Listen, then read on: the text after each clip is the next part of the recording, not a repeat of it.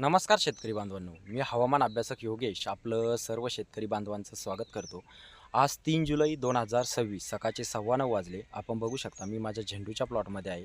आपण सकाळीच येथे आता स्प्रे चालू केलेला आहे. कारणही तसंच आहे शेतकरी बांधवांनो, आता 3 जुलैपासून साधारणतः 7 काही भागामध्ये 8 जुलैपर्यंतही जोरदार म्हणजे झड स्वरूपाचा सलग दिवसभर पाऊस असणार आहे. त्यामुळे आपण प्रिकॉशनमध्ये हा स्प्रे घेतला आहे. ज्यामध्ये कारण झेंडूला जी मुख्य समस्या असते ती म्हणजे पावसाळ्यामध्ये येणारा करपा. तर शेतकरी बांधवांनो 3 आणि 5 जुलै दरम्यान जो काही पाऊस असणार आहे म्हणजे काही जिल्ह्यामध्ये जोरदार तर काही भागामध्ये अतिशय मुसळधार पाऊस होणार आहे. ज्यामध्ये खान्देश झालं, अमरावती प्रशासकीय विभागामध्ये काही जिल्हे आहेत, त्यानंतर पश्चिम महाराष्ट्र, मराठवाड्यातही काही जिल्ह्यामध्ये मुसळधार स्वरूपाचा पाऊस हा यापुढे असणार आहे आणि त्याचा अंदाज आपण आपल्या सकाळीच हवामान अभ्यासक योगेश या इंस्टाग्राम आणि फेसबुक अकाउंटला दिलेला आहे. तर जे काही आता नवीन शेतकरी बांधव असतील त्यांनी निश्चित आपल्या या हवामान अभ्यासक योगेश या इंस्टाग्राम फेसबुक अकाउंटला फॉलो करा.